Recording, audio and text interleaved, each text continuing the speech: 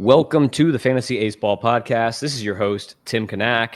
You can find me on the X at Fantasy Aceball.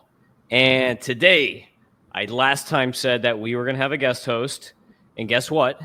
He did not catch COVID like the last person that was supposed to come on. So the jinx is dead. Killed it in its tracks. But we have Jon Anderson. You can find him on the X machine at JonPgh. What's up, Jon? Hey, man. Yeah, I don't even believe in COVID, so we were clear of that one the whole time, Yeah, it's just a sickness. You get the COVID, and it's just like, I got a cold. You basically always have it when you have young kids. I'm not gonna. Yeah, exactly. I'm not gonna go get tested. It's just a cold. It's whatever. Yeah. So yeah. So today, what we're going to talk about is some more of the fScores, and we're going to talk about positions, catcher and middle infield. So we'll go through catcher, second base, and shortstop.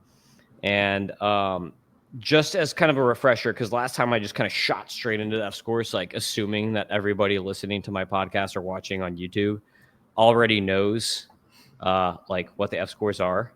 And this is also going to be broadcast on the YouTube at the Tim Kanak is the YouTube channel. If you want to find me on YouTube, it's just the Tim Kanak. Pretty friggin' simple. But just a refresher for the fScores. And then if you have any questions, Jon, feel free to shoot. But pretty simple stuff. 100 is league average in each category, just like WRC plus or ERA plus or whatever. Basically any of the plus stats, 100 is average, league average. Hitters have F contact, F discipline, F power, F speed, and F durability. Each category is weighed on the previous career stats plus the previous 3 seasons that are weighted, being closer. The last season has more weight than the previous seasons behind it. And we also have like a half season. So basically like the last half season of that player. And it's not literally just the last half season, but what I do is I take like whatever the last half season would equate to. So, if it's a pitcher, then I look at like their last 15, 16, 17 starts roughly. If it's a hitter, then I'll look at their last like 300 plate appearances just to kind of like average things out. And then also there's a total fScore column and a future fScore column. The total fScore columns are basically like adding into those categories and coming up with an average, and that's weighing some of those categories stronger than others. So basically, plate discipline from last year to this year, I've weighed that down because I noticed that my fScores trend to be better for points, or at least they did last year. I'm hoping to kind of eliminate that with some of the tweaks that I did this year and make it more well-rounded. And then speed, I had to tone down because you would have super rabbits that would just have like ridiculous fScores only because of their speed only. And it's like, well, that's stupid. It's like, this guy is not the best player. Astory Ruiz is not the best player in baseball. We cannot have that. Yeah. So had to tone down the speed.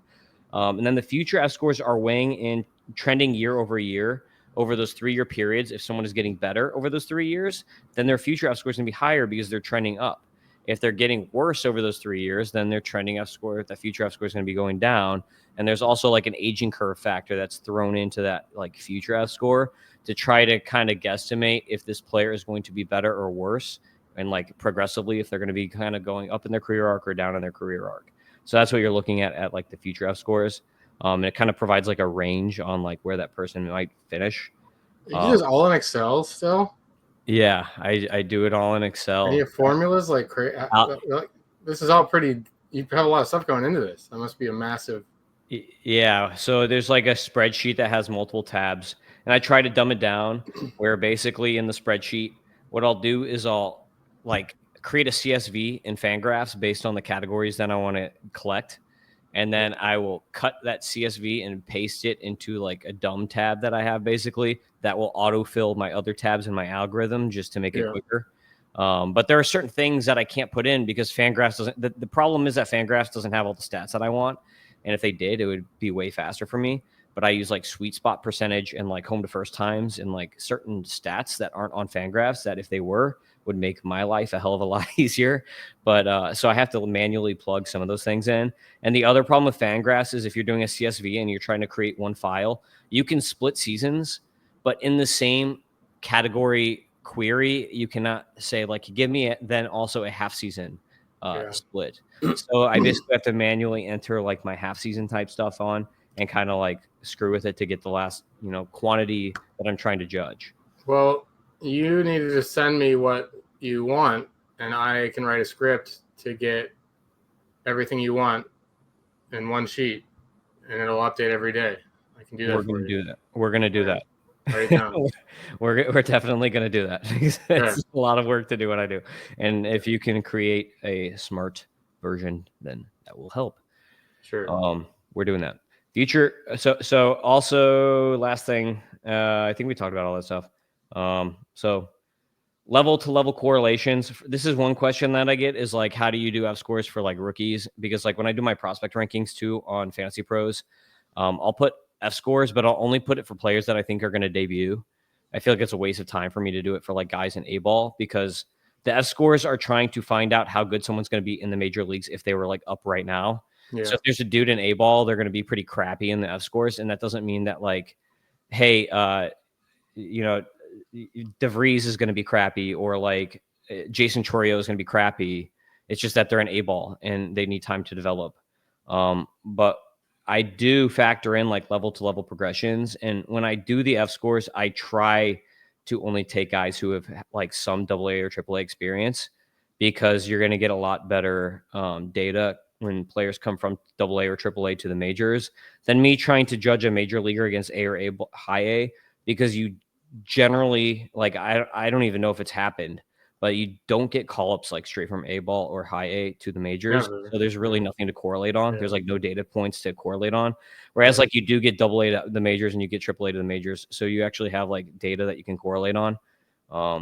So that's basically if you're reading rookie fScores or like guys who are on like AA or AAA now, it's pulling mostly AA and AAA data because there's no point like A and I there's very little point because that data is not going to be useful for the major the jump from the major.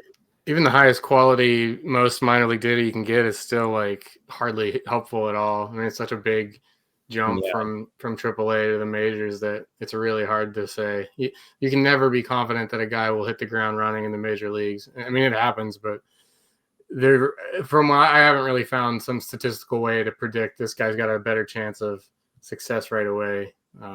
Besides the raw skills, like if you hit the ball really hard, that's something that will help. But yeah, it's a really tough challenge what you're describing. Yeah, I mean, like to me, the main thing is for hitters, you need hitters who are going to have good plate discipline if they're going to hit the ground running like right away. They have to have it. They can't have crappy plate skills. It has to be at least like subpar, like par. It has to be at least like average.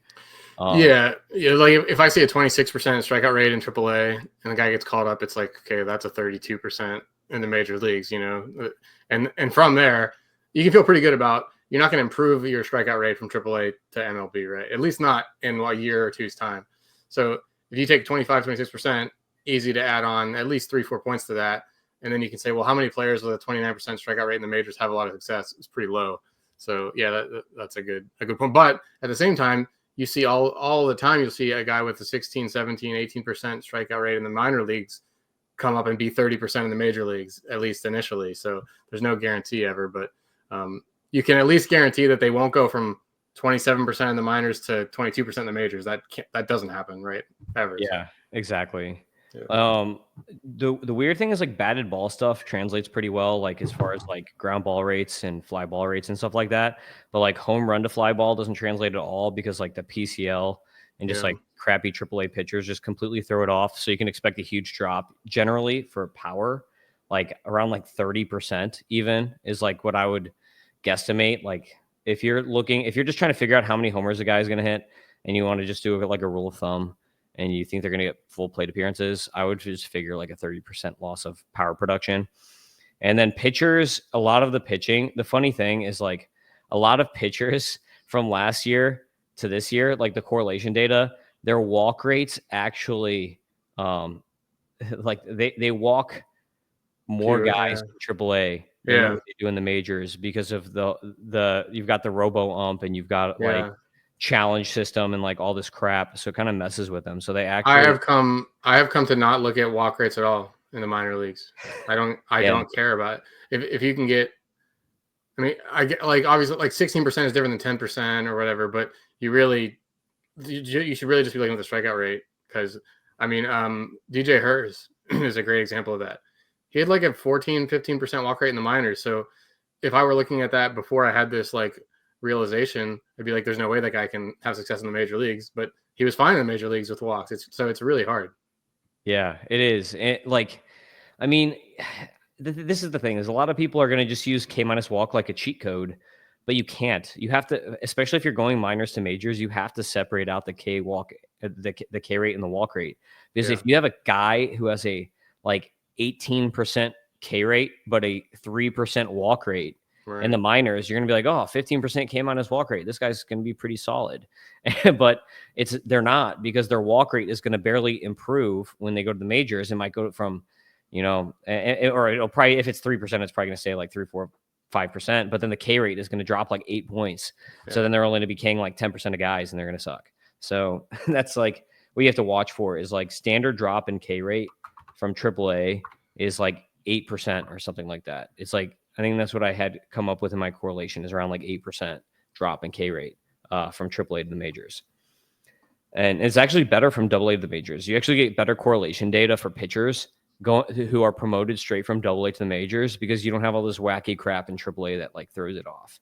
So Yeah. like there's a much better correlation for those guys who make that jump. Oddly, it's counterintuitive, but it's what the data has shown from the stuff that I've pulled. So yeah, well, hopefully we get Statcast in A ball and double A ball soon. That would really help. yeah, it would. And like there are stats still, even with the Statcast, like we're not getting barrel rates in the minors. You We're can not. generate it yourself. I generate it myself, and it gets pretty close, I think. That's the best you're gonna get. It's Yeah. really from your tables. And then what else do you not get? There's like, you're definitely not going to get something like a sweet spot percentage, which I use. And then even like speeds, a lot of the time well, I mean, if you have Statcast, you would, but you don't really get speed. Like it's hard to find minor league speeds from people. Do Yeah. you have a resource for that actually? I've never worried about that. No, I just look at the stolen base attempt rate and stuff. That seems to work enough. But my general philosophy is I'm just not buying rookies in fantasy. Like that rule works pretty well for me. Like every once in a while you'll miss an LED of the Cruise or whatever, but just let other people take them. So I'm always very low in my rankings and my advice on those guys.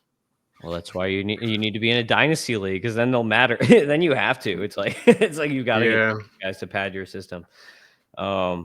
So anyway, let's jump. One of the things that I'm adding to the fScores this year is, and I'm started ranking pitchers recently, like the last week. I have like I did a bunch of Tommy John research, and like there's a dude, it's at MLB Player Analysis. I want to give this guy credit. He has this spreadsheet that has like every Tommy John surgery that any pitcher has had. And you can just search up like Tommy John surgery list or whatever, and it pops up on sheets, and he keeps it live. And he just keeps this live sheet running of everyone who's had Tommy John. So it shows when a pitcher has had Tommy John, and it goes back like far back, like 20. Like I see guy, I'm looking at it right now. There's a guy in 1998, but it goes pretty far back, and then it shows when they had the surgery, when they returned, and then based on those, they have things like, okay, so expected returns of certain pitchers. So if you have a guy who had Tommy John that you might, like if you're interested in drafting Shane Bieber or something, you can look up and think, okay, when is this guy like projected to return based on, like the most recent timelines of the exact surgery that he had. And they keep not just Tommy John surgery, but they have like PRP injections, internal brace surgeries, repeat Tommy John. So guys who have had Tommy John twice on the spreadsheet. So it's pretty useful. But I did some research, and like from what I found, about 35% of pitchers end up getting Tommy John surgery sometime in their career. And if you have had Tommy John once, the chance that you're going to get it a second time goes up to 50%. And what's crazy is that second time you get it will be within the first 5 years of your first surgery. So it's almost like 50% of people who are going to get that second Tommy John, like a good, like it's almost like the first one failed, or like the first one didn't work as intended, or maybe they're just like, they don't throw it at arm angle that is great for arm health, and it just destroys the movement. But Do you know, not to go on a long side, is Tommy John still taking a ligament out of your knee and putting it in your elbow? I don't, I don't know if it's out of the knee. I'm not really sure where it's I know whether. that's how it worked at some point. Yeah, But yeah, what, yeah, I mean, like I believe in a creator, God, right? So he put this thing on our elbow, and I can't imagine that the thing he put in your knee is gonna work the same at like because it's not meant to do that. I mean, I guess our bodies are not meant to do this thing at all at like that with that amount of violent force. But yeah, it's not surprising that like this. Maybe I'm sounding like an idiot because maybe it's yeah. not taken out of your knee anymore. Maybe they, who knows? But Taken out of a corpse. it's not Like, surprising. I don't It's not surprising that you put something foreign into your elbow and then oh darn that thing couldn't handle 10,098 mile an hour fastballs. Like yeah. Yeah, exactly. So, but it's interesting to think about. So the guys, a lot of the time, you might think, oh, this guy just got Tommy John, so they're good to go. Like if you're adding a guy in a yeah. dynasty league and you're like, this guy just got Tommy John, like I'm golden now. Maybe not. Like For a year though, is there like a honeymoon period, quote there, unquote? Like yeah, I would say from like the research that I did, you're probably good for a few years. Like there's always going to be like a Cole Reagan's where like it failed immediately, so like you can't say that with like 100% certainty. But But this is there's this is the best time to take DeGrom. If you're ever going to draft DeGrom, yeah. this is the year. Is that Yeah, the kind okay? of, yeah. Like, he's not gonna hit a high workload, obviously, coming back, but, like, he should be relatively safe injury-wise from, like, an elbow perspective From the anyway. elbow. Yeah. Elbow's only one part of the whole thing, but yeah. Yeah, exactly. Yeah. So, I have this factor in where basically I put this table for, like, okay, if a pitcher had Tommy John in 2023, there's pretty much, like, a 100% certainty that they're not gonna be hurt. Like, I mean, it's like 99.9 because again, there was Cole Reagan's. But then basically there's like a curve there. I looked at a few different curves and I kind of just averaged them out on like when someone might get it again and like what are the chances that they're going to get it again. So basically I have this table that goes from 2024 all the way down to 2010 and the percentage drops and it starts at like 1%, 2%, but then it gets down to like 3 or 4% year over year. So it kind of the longer you go without the Tommy John, the higher the likelihood that you're going to get it again. So in my fScores this year, I'm putting next to each pitcher what year they got Tommy John, just to make it easy for you if you're drafting. If you want to like how basically it's going to help with risk. Like it's going to help you with a little bit of risk management because you don't want to pick like three guys that haven't had Tommy John in 10 years or 8 years or whatever, and you don't want to pick three guys who just had Tommy John. You want to make sure you kind of like spread the risk, like the injury risk out. Otherwise, you could really tank your season if you stack like all these guys just had Tommy John in 2020, and like what are the odds that So yeah, that's kind of a the lot of range people you'd be come back looking to again? avoid, like 19, Yeah. 20. I Those mean, are the think about last it too. years. 2020 was a weird year, so I mean, like we don't Yeah. need to really get into it. It was a weird year. Who knew what the doctors were thinking when they were performing the surgeries at that time too?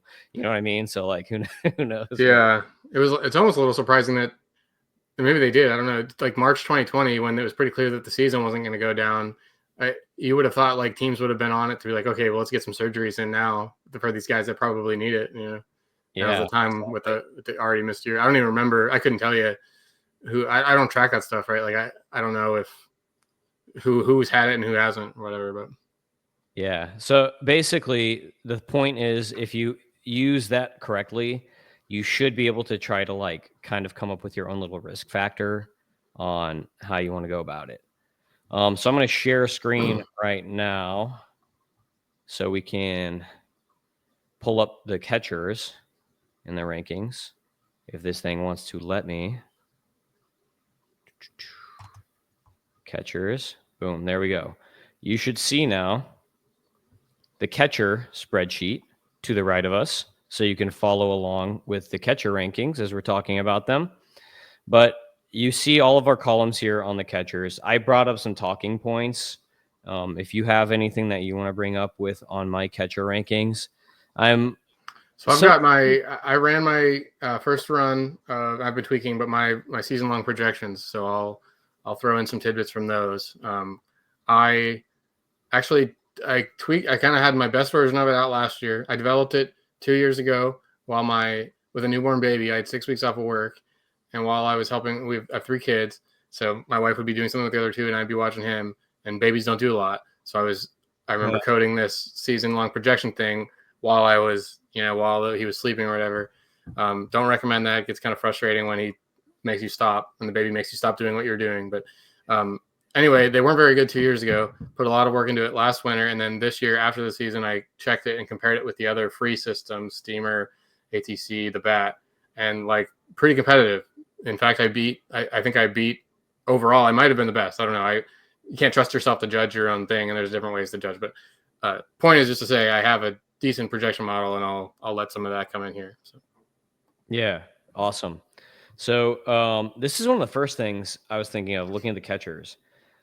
Like I don't know if do you have Raleigh as your second catcher? Like what did your projection show? Because I came up with Contreras and then Raleigh, and then I'm like trying to think, like, should Contreras and Raleigh be their own tier ahead of Will Smith and like Rutschman? Because like last year I had Contreras, Rutschman, and Will Smith as like my top tier of catchers. So, like Raleigh was like in my second tier last year. And like I know Rutschman is coming off of this injury that he had that really gave him a pretty crappy second half. So like I just wanted to see like if I'm the only one that's bumping Rutschman down to 4, or if like what your thoughts are on like, are you kind of like going to forget about that second half of Rutschman, or are you going to factor it in, or like how much are you going to factor that in? And like my fScores are obviously going to factor it in by like a pretty good threshold, because the highest weighted part of the fScore is that last half season that they played. And if he had a crappy last half season, then it's going to weight him down a little bit, but he's still up here with like, with these guys in my fScores, but like you can see his future fScores only ranked as a 100. And that's not, it's not, that's all because he had that crappy second half, and it looks like he's downtrending now, but he's only 27. So like, what are your thoughts on this whole like first tier area?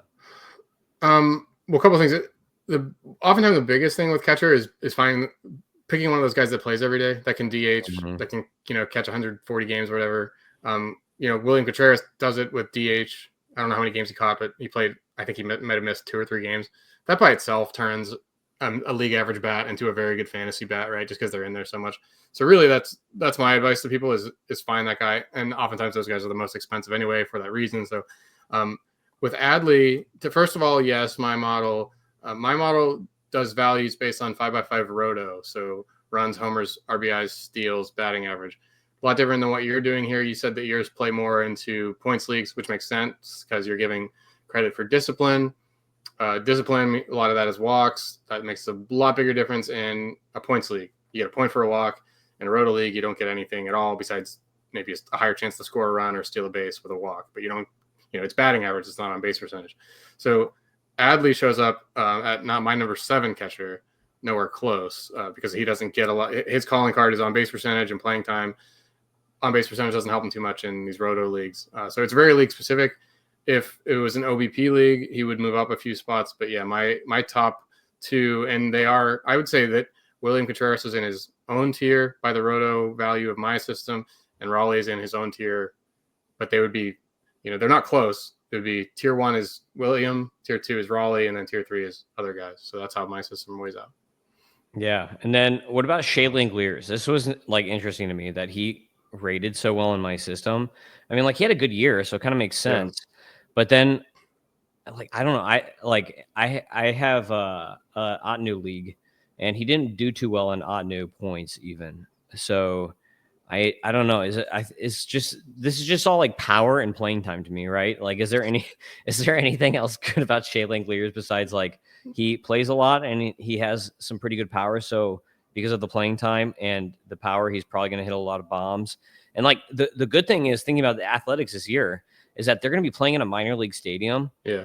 And I don't have the exact park factors on that stadium, but it's going to play a lot better than Oakland. I'll tell you that much. So a little bit better, yeah. There's like the walls not as high. The dimensions aren't all that different. There's way less foul ground, which helps hitters because you can't foul out as easily.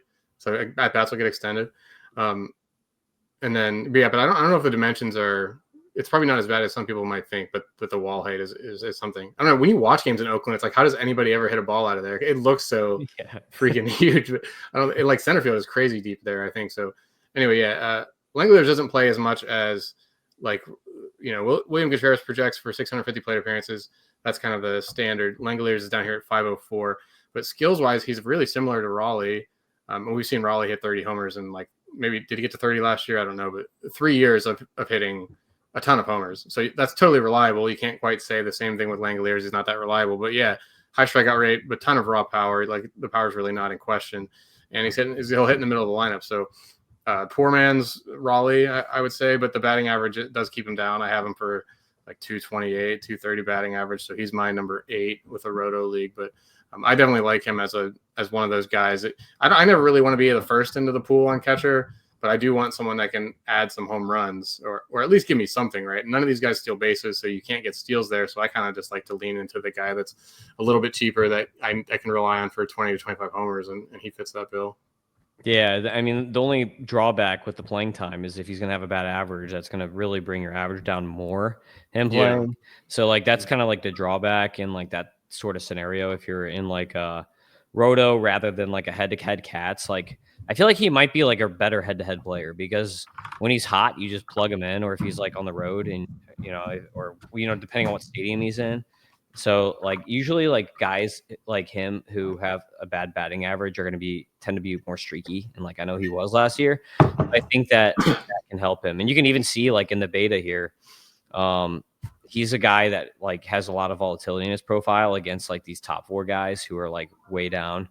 So is that beta is just the variance between these different categories? Yeah. So basically the beta is, and I talked about it in the last podcast, so sorry who anyone who listens to both, but the beta is basically, it's just very simply a 3-year beta with WRC plus. So basically there's only 3 data points, and it's only WRC plus. And, like, I even mentioned in the last podcast, I was like, I didn't have time to, like, do it on, like, a monthly basis or, like, a weekly basis, which would be more accurate.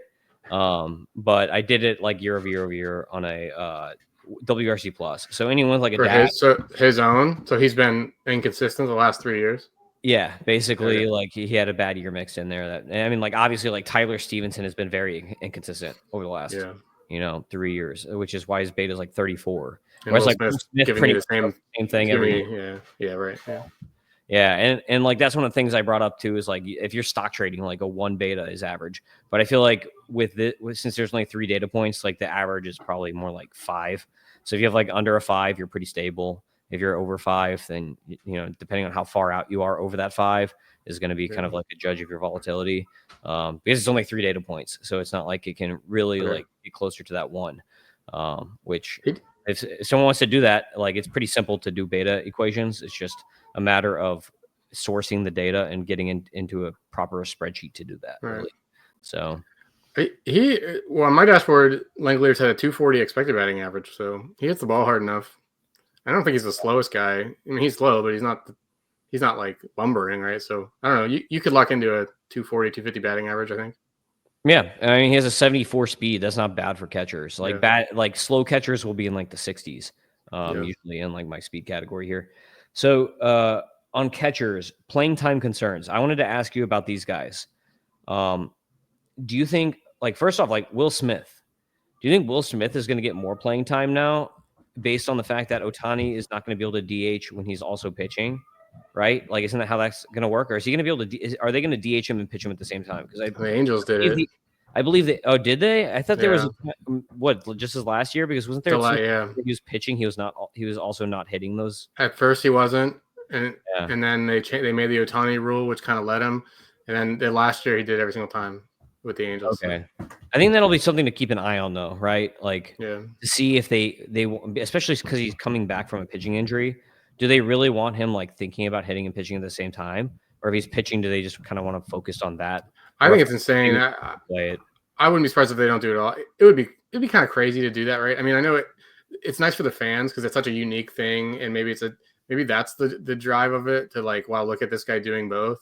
But from the Dodgers' perspective, the regular season hardly matters, right? Like, they're going to win the 97 games it takes to win to the division, so they don't need to push things. The point. And I don't know why are you asking him to do more stuff when he's pitching. So I could definitely see that. There's no word on that. And again, the guy's whole appeal is, like, the coolest thing in baseball is seeing this guy, hit a homer in the first inning and then go out and get 2 strikeouts in the other half. So I don't know. It's certainly possible, but then they have all these other options that could DH too. So I don't know. I wouldn't think Will Smith's going to do too much more playing time wise. I would say whatever he does. What's he normally play? 130 games. Yeah, I'm pretty sure it's actually gone down. It went down last year, and I'm sure that's because of Otani, because he was getting some Yeah, for playing sure. time before that. So, let me see real quick here. He had, it's pretty I mean, his highest is 137 games, 508 at bats. Last Yeah. year he was at 128, 476. So he only lost like 10 games, 30 at bats. Not the end of the world. Yeah, I would Yeah, project 130 or something. You know, pretty yeah. definitely not like a Contreras or Adley type where you're getting 150 plus, but not a disaster. He's never going to give up half the games behind the plate or anything like that. You know, Yeah. Where does Wilson Contreras rank for you? Now that he's going to be playing I first, love him. like Yeah, he's that's so much huge. playing time that like where are you going to stick him? I see. I've been doing a couple of early drafts, and I thought going into him, I said, oh, I'm gonna have him on every team. But other people are everybody's noticing the same thing. If we look at his ADP wise, he goes number 7, which it sounds kind of crazy because like last year he was going way behind that, and he didn't have that great of a year. But people are realizing like it's a huge deal. He'll go play 155 games at first base now if he can stay healthy, which it's pretty easy to stay healthy at first base. And then there's also not the wear and tear on the body and stuff. And there's obviously way more chances to get hurt behind the plate than at first base. So yeah, I like that a whole lot. Projection has him a number the 5 best catcher because the guy can still hit, and it might even get a little bit better because he won't have to worry about catching and he can focus on that and stay in the lineup. So he's Yeah. if you can get him hopefully in some leagues, I think in a ton of like home leagues and stuff, you're going to have a huge value on him because people aren't going to kind of be sharp enough to realize this. So he's one of my favorites. As long as the Cardinals don't screw with him and like move him into left field, and they're like, your first Yeah. pitch sucks now, and Yeah. you're gonna because that's what they do is they just keep messing with him. So, as a Cardinals fan, I can say that. Playing time concerns. Logan O'Hoppe, are you concerned about them bringing d'Arnaud in? A little bit. Yeah, I mean, that definitely has to drop his projection. But he's very, very good and very young. I mean, he was someone. The other problem is that they added Soler, and it doesn't seem like they're done adding guys. So less. I was hoping that he would be a guy to catch 125 games and then DH 25 more, get to 150 games and smash. Right? Maybe hit 30 home runs, hit 270. That seems a lot less likely now. And as they continue adding on bats, although there's some talk of them trading Taylor Ward too. Maybe he'll be out, and then there will be some DH reps. But I don't know. I was hoping that it could be 140, 150 with the DH. But yeah, with d'Arnaud, you don't sign that guy to not play him, to not have a pretty big split. But Hoppe's a really good hitter. So I'd probably put him in that same 130 range that we were just talking about with Will Smith still. Yeah, that's pretty good. You're more hopeful than I am. I was thinking he's probably going to drop down to like 110 or something. I mean, like after what we saw, what the Braves did with Sean Murphy, who like, there's another case there. Like, how much is Sean Murphy's playing time going to go up now that d'Arnaud's gone, even though they have Baldwin coming up, or is it kind of like, do you have like a similar expectation for a guy like Sean Murphy? I don't know. Probably not. I kind of think that if they didn't want to play him, if they were mixing in a d'Arnaud that much, I mean, Travis d'Arnaud is fine, but he's not a bat you're like, I need to get in the lineup, right? Like, he's like 436 last year, hit 238, 15 homers, which 3 were in that one game, right? So it's not like he's someone that's kind of pushing you out of the lineup. So I wouldn't upgrade Sean Murphy too much, but a little bit. And that's kind of what I'm hoping. Yeah, but again, maybe it is 120 for O'Hoppe, because why would they sign d'Arnaud if they don't plan to catch him 50, 40, 50 games? So we'll see. I'm just kind of hoping that O'Hoppe can work out into some DH. But after that signing, you had to downgrade him for sure. And yeah, it's not looking as good. What do you think about this one? We've got Gabriel Moreno, who is going to have to now compete with Adrian Del Castillo, who had a pretty strong showing at the end of the year. Do you think we're going to run into like a Blue Jays type situation now with the Diamondbacks, where like Moreno and Del Castillo are going to be kind of like Jansen and Kirk were? Like Kirk is like basically the Moreno in this situation, I guess. Yeah. Let's see. What did that guy do? Don't you usually find teams, if they have a catching prospect that can hit really well. Don't you kind of see them pushing them to other positions? I don't know much about these prospects. Is there any talk about that with Del Castillo? I think what could happen if the Diamondbacks miss on bringing Christian Walker back, Right. and then they don't get someone like Paul Goldschmidt to come back home to cover, then I think Del Castillo would be the guy who fills in there, because I don't even know who else they would. I don't even know who else they would put. That seems to make sense. And if they how to play first or something. yeah, if they think he's a great hitter, which I don't know anything about, again, then that makes sense. And Moreno's like an excellent defensive catcher, right? Mm-hmm. So yeah, but again, Moreno's not a hitter. He's not much of a hitter at all. So if they got a guy, if they do get a first baseman there, or maybe this Del Castillo guy just can't do it. It's not like anybody can play first base. There's obviously some level of difficulty to it. Then maybe yeah, I don't know. Then I guess Moreno could lose just because you're giving up a lot with the bat potentially, but there's no guarantee that Moreno can hit or Castillo can hit major league pitching either. So I don't have a solid answer on that one.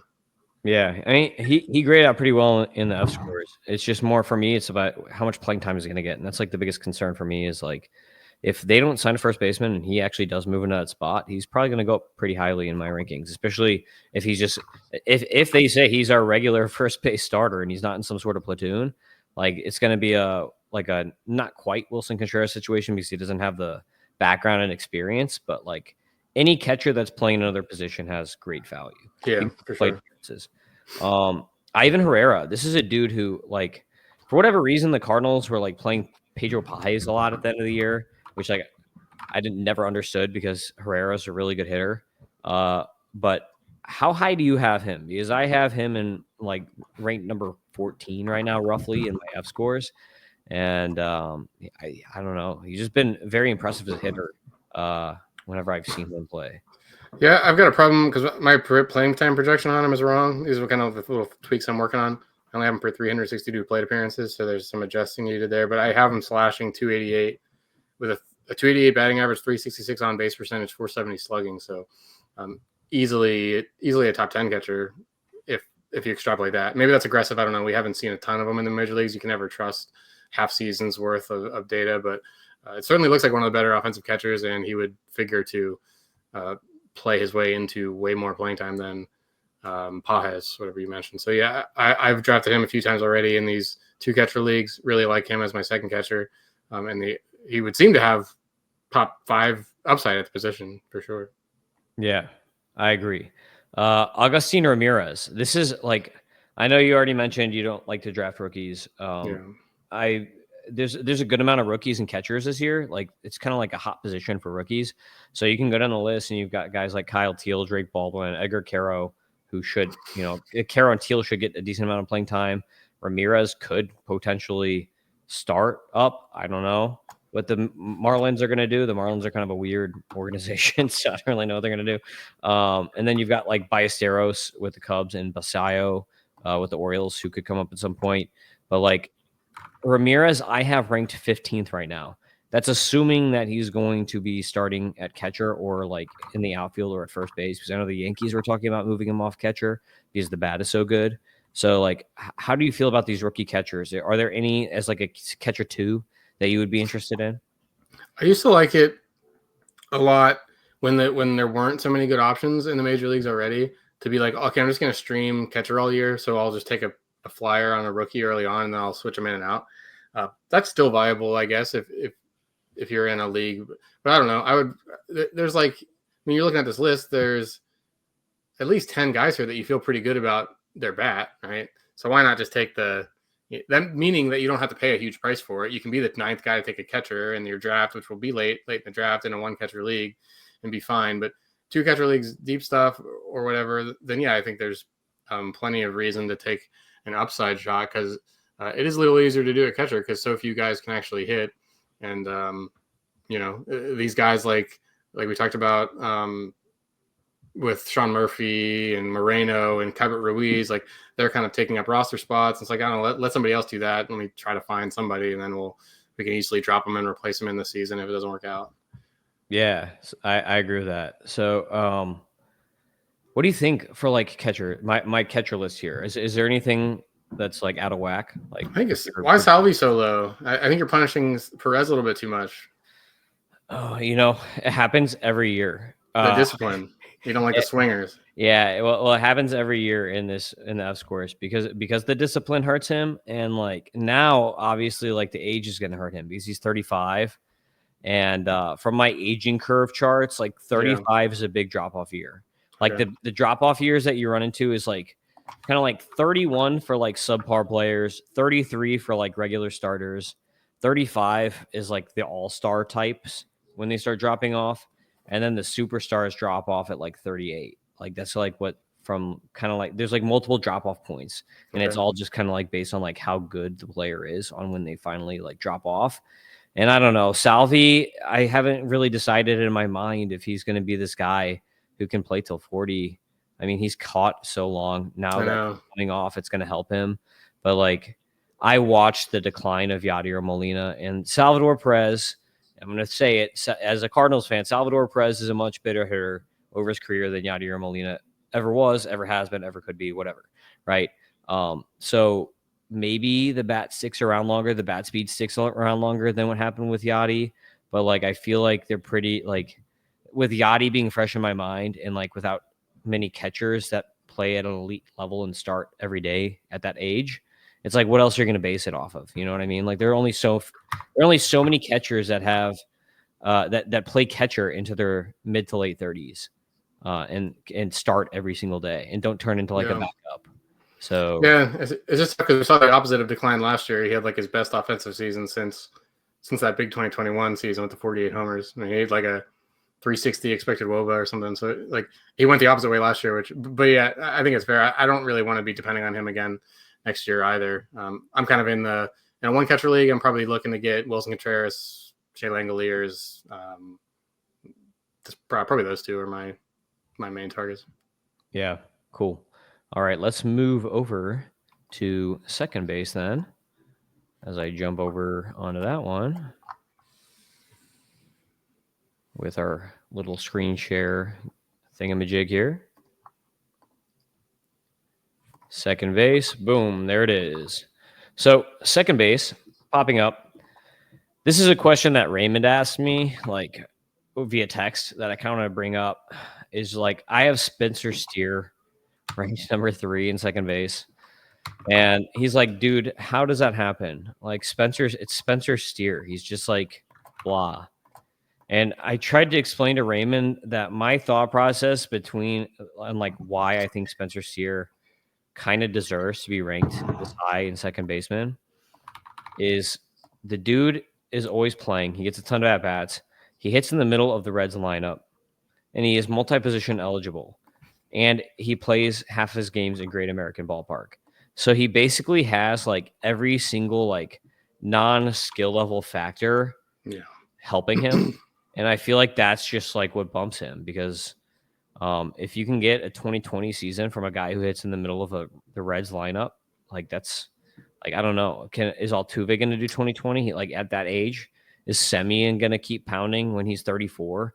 Like the guys like Altuve and Semien, are you expecting drop-offs from them like this year, next year? Like, can we expect all-star level production from these guys anymore? Because second base last year was like the worst position by a pretty easy margin, in my opinion. Yeah, it's terrible this year. It's like the worst position I've ever seen. I don't have Steer as a second baseman.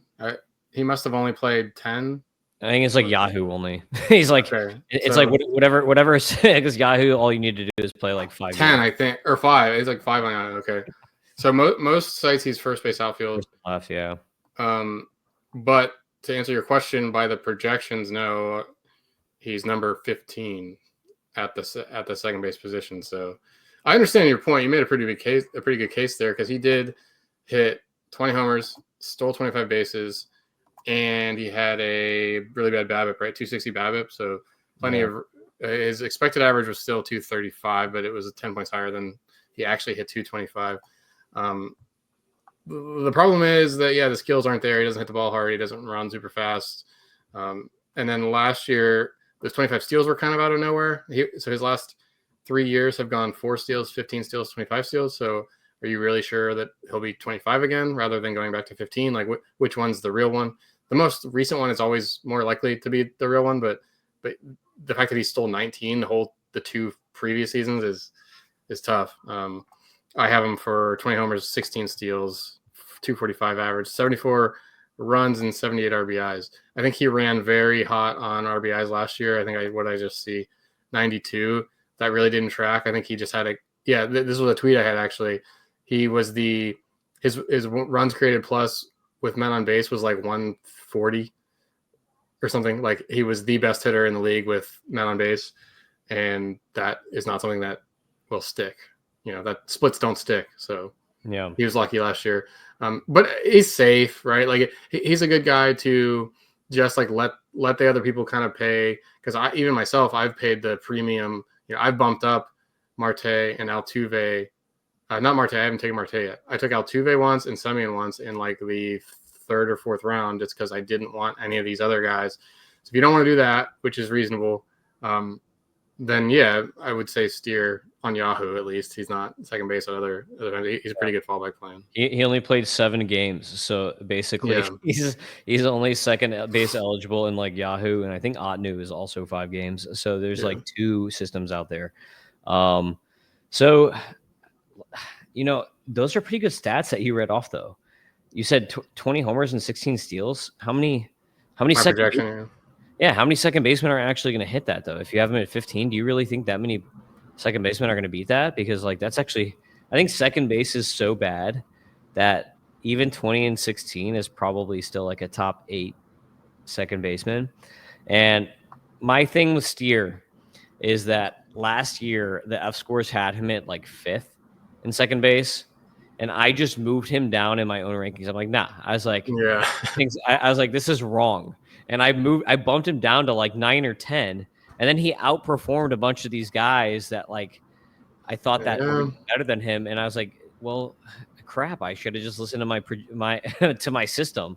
I should have listened to my model instead I'm like, nah, my model messed up here. It's screwed up. I'm gonna change this. So like, you're right. They're 21% strikeout rate. That's good. 11% walk rate. That's good. Stole a bunch of bases, hit enough home runs to not kill you. Good ballpark, in the lineup every day. It's a compelling case, but he doesn't project out very well. Yeah, I agree though. It's not a sexy name to draft. So like, if you don't draft Spencer Steer, I'm not like, I don't blame you. So I love getting the first base outfield guy in one of these 5 outfielder leagues with a corner infield spot. You can just move them all over your lineup. It's amazing. Yeah, when people get hurt, then it's just it's perfect. Matt McClain, I have him at number 6.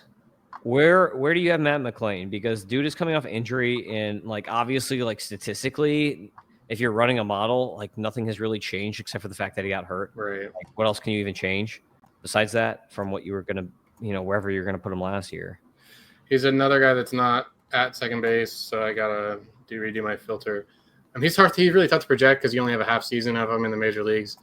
But he struck out a lot in that rookie year, and he had a really high BABIP. If you remember this stuff, and we remembered that last year, and we didn't like him for that reason, or me at least. But then after a year goes by, you kind of forget that, and you're like, oh, that guy had a crazy good half season. But it's hard to project that because, I don't know, just because he had a 28% K rate in his first half season really doesn't tell you much about what he'll do. But I've got him 23 homers, 19 steals, 265, 91 RBIs, assuming he's in the middle of the Reds lineup. But there's a lot of risk. There's a huge risk because he's not done nearly enough to prove that he's a major league hitter, Yeah. I mean, for me, part of it is just like, I think second base is really bad. 23 homers and what do you say, 16 steals again? That's still pretty solid. But he's shortstop only at almost every other site. No, he's going to be playing second, though. That's where he's going to be playing. It is. Okay. He has to get there. Yeah, he has to get there.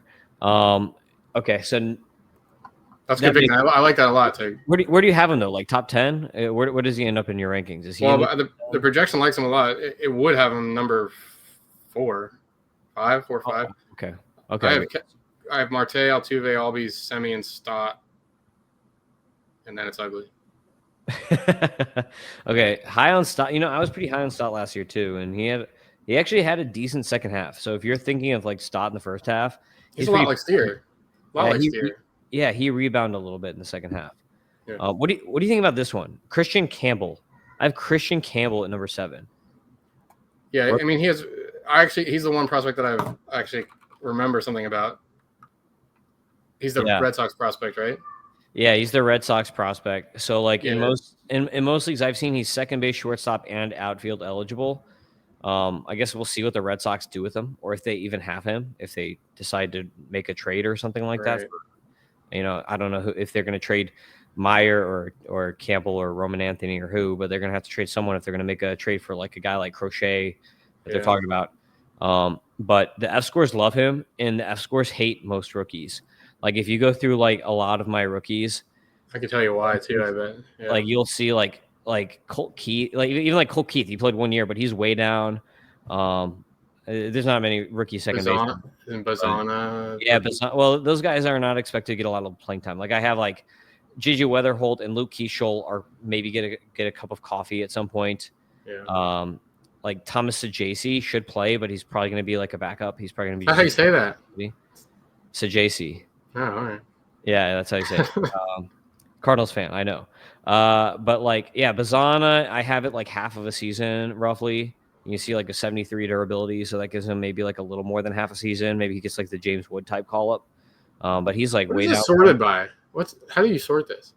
Basically, I'm just throwing him in on the fScores, and then if one guy is clearly over another guy and I like him a little bit better, then I'll throw him over. But you can see that it's sorted by fScores more or less. But I throw guys like, for instance, Jordan Westberg has a 95 fScore and a 111 fScore. I expect him to be closer to that future fScore because he's going to be getting full playing time. So I throw him up there because I like Westberg a lot. And not to mention he's multi-position eligible, so that's going to help. But like, okay, so like Matt Shaw, here's a good one.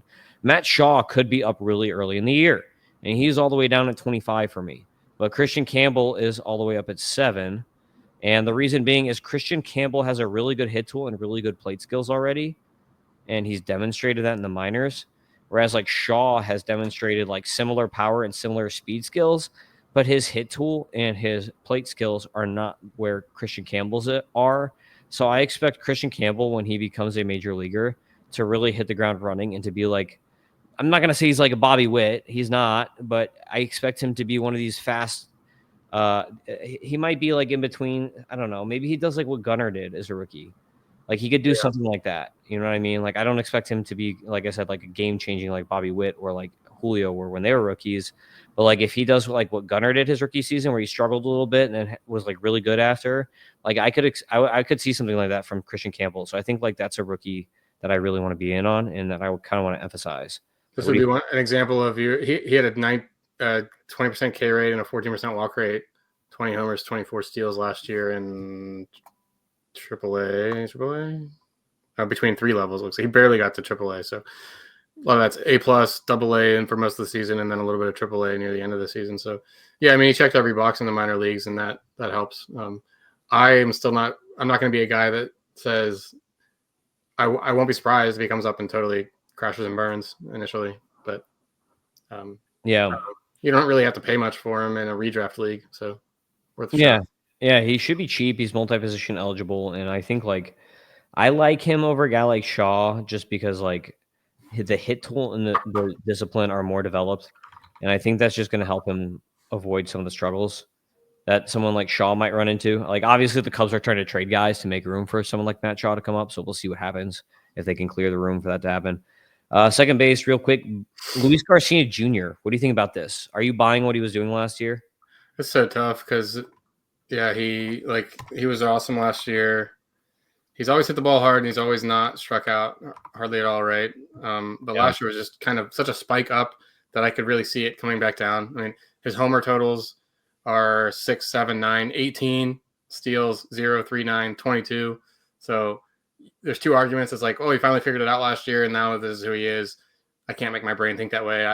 I can think, well, maybe he just lucked into a lot of the stuff last year, and he'll go back down to what we saw, 22, 23. Still really young, so I'm fine with it. And he's another one of these guys that I'll wait for if I really just don't want to pay for one of these more expensive guys, although he's not super cheap himself. So I don't know. I'm probably more out on Garcia, but I wouldn't be surprised if he has another very nice season. could certainly see him go 2020 with a 260, 270 batting average. That should be pretty easy for him, actually, if he keeps lifting the ball a little bit more like he did last year. But I could also see it going pretty poorly. Yeah, he's always had a good hit tool. The main thing for him is, I think, like, is the power and speed gonna stick? Because, like, I could see him turning into almost like a, not quite Luis Arias, but, like, I don't know, like, just one of these guys who has a nice batting average. I don't know, maybe like DJ LeMahieu or something like that, right? Like, is he gonna be a LeMahieu where he has always a really good batting average with just like 12 homers and like 8 steals, just like a handful of this, a handful of that? Or can he actually like make it to this next level that because he last year portends to that, oh, this guy's still 25.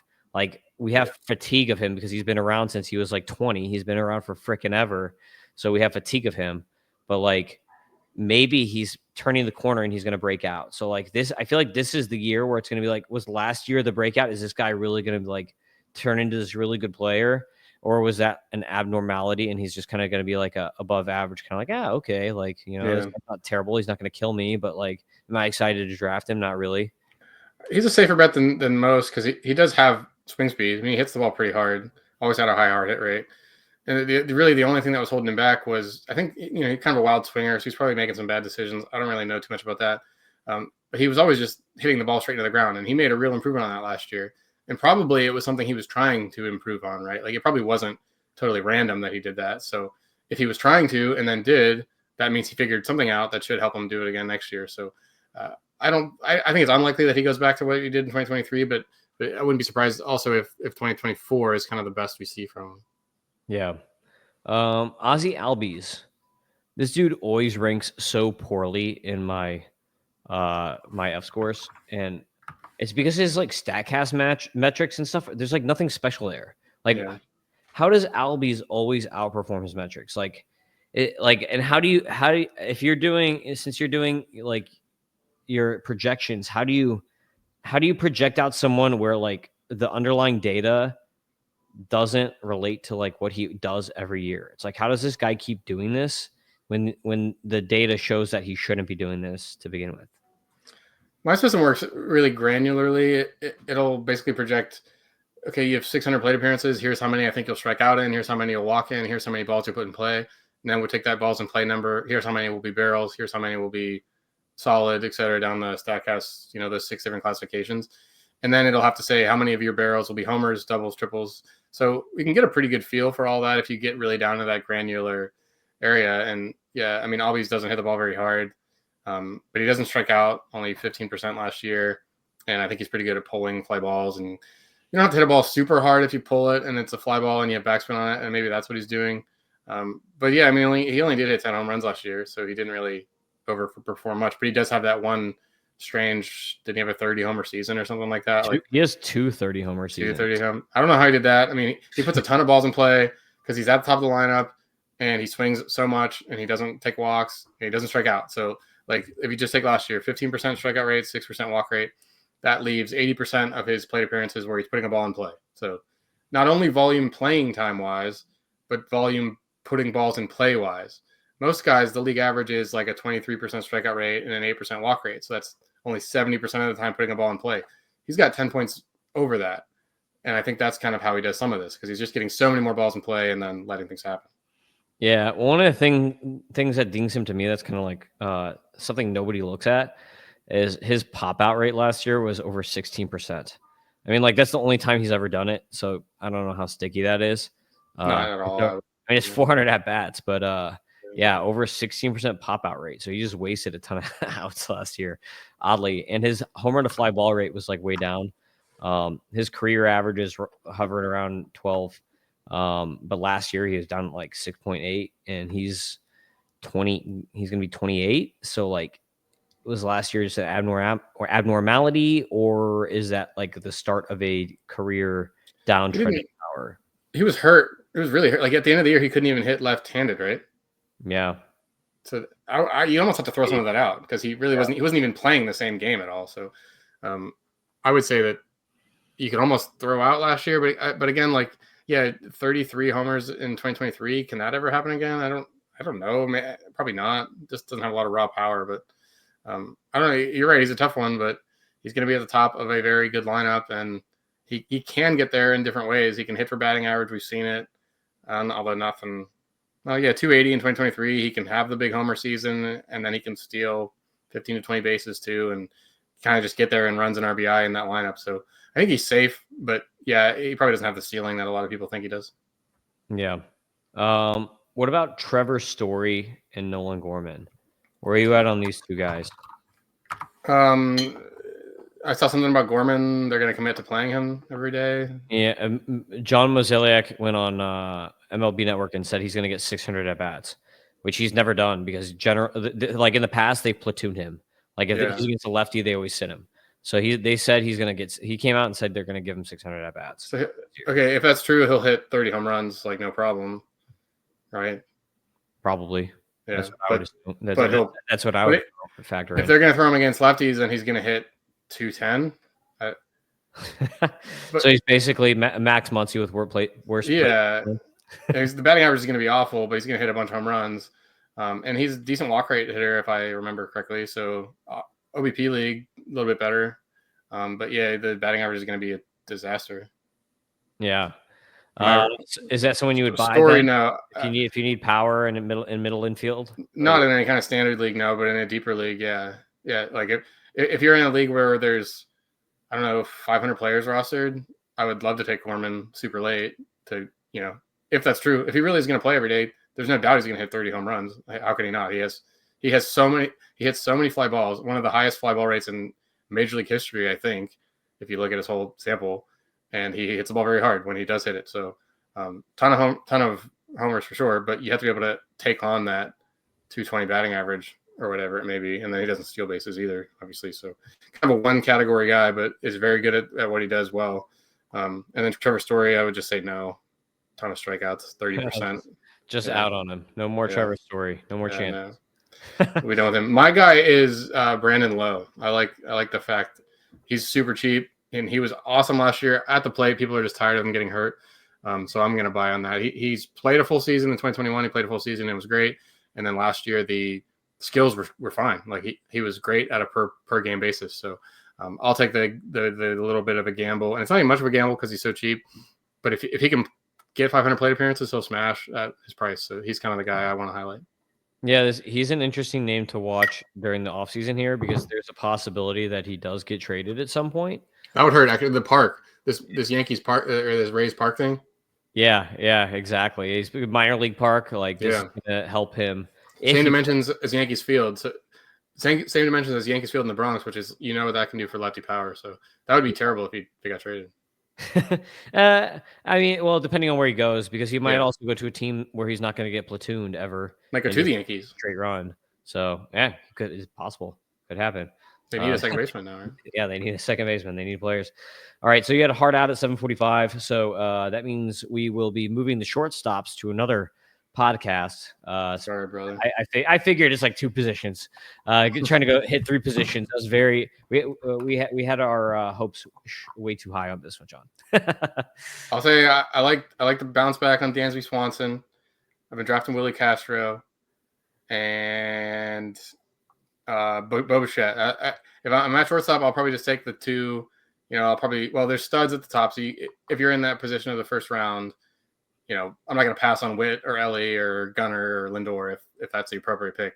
But if I'm looking for like a middle infielder late in the draft, I really like the buy low on Swanson and Bo Bichette. I'm gonna throw a couple names out for you. I'm gonna do two of these. Just give me a name: Abrams or Trey Turner. Trey Turner. Okay, Volpe, Tyler Fitzgerald, or Tommy Edman. Edman. Ooh, okay. I would like that. But that's before we know how much he'll play. If Edman plays every day, I take him. Volpe's just such a bad hitter, but he'll play every day and he can steal bases, I guess. So. Yeah. Last one: Jackson Holiday or Mason Wynn. Wynn if you want some safety, and Holiday for the upside. He has way more upside than Mason Wynn, but Mason Wynn's very, very solid, very good at what he does, right? But I don't think he's maybe he's very young, I think, too. And I'm sure you're optimistic about him, but I don't know if he can really hit 25 homers next year or steal 20 bases or anything like that. So Holiday can certainly come into form and go like 25-25, but Holiday could very well find his way to the bench, and I don't see Wynn doing that. He's pretty solid. Yeah, I think Wynn's more like 15-15-ish, somewhere in that range. But should lead off every game and put a bunch of balls in play, so good things can happen. Yeah, for sure. He's gonna play every day. So what are you doing right now? You got anything to plug at the end of the podcast here? Well, yeah, right now I'm writing team previews. I do this every winter. So I go player by player through each team. It takes me, I like start in October and it takes me to January. So 2 of those come out a week. It's each player. It's really fun for me, and I think it's good. It's fun to read the way I do it.